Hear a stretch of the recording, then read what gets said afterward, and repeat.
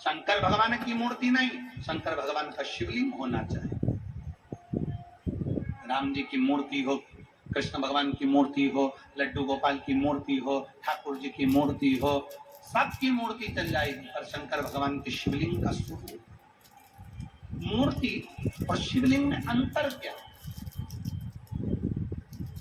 सावन के महीने में पूरी आस्था चैनल पर करोड़ों भक्त शिव महापुराण की कथा को सुन रहे हैं, और केवल भारत में नहीं, विदेश में बैठकर भी लोग इस पवित्र कथा का लाभ ले रहे हैं। नए रायपुर से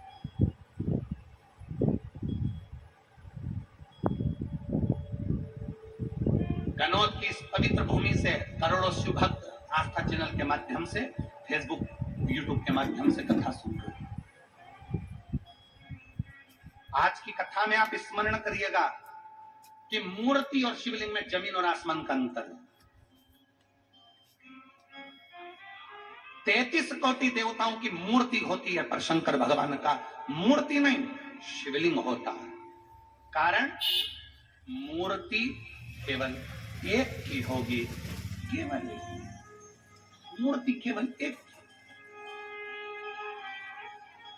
राम जी की मूर्ति है तो राम जी की, कृष्ण भगवान की मूर्ति है तो कृष्ण भगवान की, देवी जी की मूर्ति है तो देवी जी की, इंद्र की मूर्ति है तो इंद्र की, गरुण की है तो गरुण की, वरुण की है तो वरुण की, ब्रह्मा की है तो ब्रह्मा की, सावित्री की है सावित्री की, गायत्री की है गायत्री की, लक्ष्मी की है लक्ष्मी की। मूर्ति केवल एक देवता की।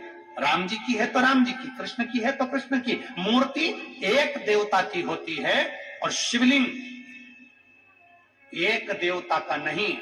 जिस घर में शिवलिंग होता है वहां 33 कोटि देवता एक ही स्वरूप में विराजमान है।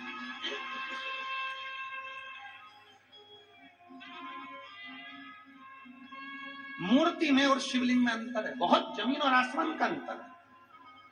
आप लोग बहुत दूर दूर से आए हो कथा सुनने के लिए, और वहां से यहां तक आने में तुम्हारा ऑटो का भी कम से कम 100-200 रुपए 500 रुपए खर्च हुआ होगा। 100 रुपए तो खर्च हुआ ही होगा। बोलो तो सही है कि गलत हुआ ना? अब तुमने 50 रुपए 100 रुपए 200 रुपए खर्च कर कर आए हो, इसलिए बहुत ध्यान लगाकर सुनना कि हम जो कथा सुनने के लिए आए हैं, अगर हमने दिल से सुन ली, और अभी तक जो कथा होती थी वो भरे कहीं गांव के बीच में, शहर के बीच में, नगर के बीच में, यहां वहां होती थी, और आज जो कथा हो रही है वो एकांत में बैठकर हो रही है, इसलिए एकांतेश्वर कथा चौगुना फल देती है, चौगुना।